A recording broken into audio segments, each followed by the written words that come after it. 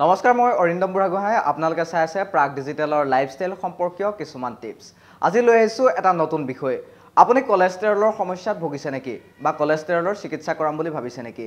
আজি আমি আপোনাৰ বাবে লৈ আহিছোঁ কলেষ্ট্ৰল নিয়ন্ত্ৰণ কৰাৰ কেইটামান টিপছ, যিকেইটা ফ'ল' কৰি আপুনি হয়তো আপোনাৰ জীৱনত সফলতা লাভ কৰিব পাৰে।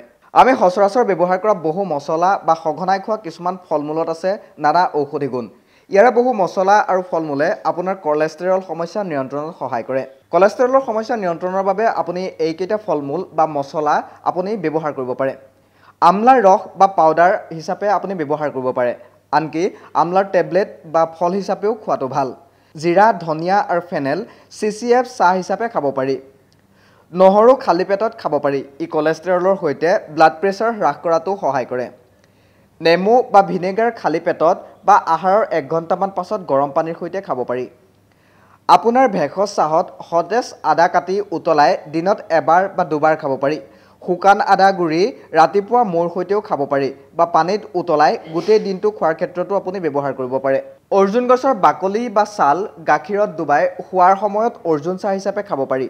অৰ্জুনৰ ছাল ৰাতিপুৱা কনকচন হিচাপেও খাব পাৰি। আনকি অৰ্জুনৰ টেবলেটো দৈনিক খাব পাৰি। ত্ৰিফলা আৰু টিকাটো দুয়োটা মৌৰ সৈতে পাউডাৰ বা টেবলেট হিচাপেও আপুনি গ্ৰহণ কৰিব পাৰে। টিকাটো হৈছে 3টা বনৌষধিৰে গঠিত এক আয়ুৰ্বেদিক প্ৰস্তুতি, য'ত আদা, পিপলি আৰু জালুকৰ এক মিশ্ৰণ থাকে। আনফালে ত্ৰিফলা হৈছে আমলখি, শিলিখা আৰু ভোমোৰাৰ গুটিৰ দ্বাৰা নিৰ্মিত এক সুপৰিচিত আয়ুৰ্বেদিক প্ৰস্তুতকৰণ। কলেষ্ট্ৰল নিয়ন্ত্ৰণৰ ক্ষেত্ৰত আপুনি জষ্টি মধু, চাহ, মিশ্ৰণ বা চূৰ্ণৰ ৰূপতো খাব পাৰে। সচৰাচৰ ব্যৱহাৰ হোৱা এইসমূহ ফল মূল আৰু মছলা যদি আপুনি নিয়মিতভাৱে গ্ৰহণ কৰে, তেনেহ'লে আপোনাৰ কলেষ্ট্ৰল নিয়ন্ত্ৰণৰ ক্ষেত্ৰত যথেষ্ট সহায়ক হ'ব।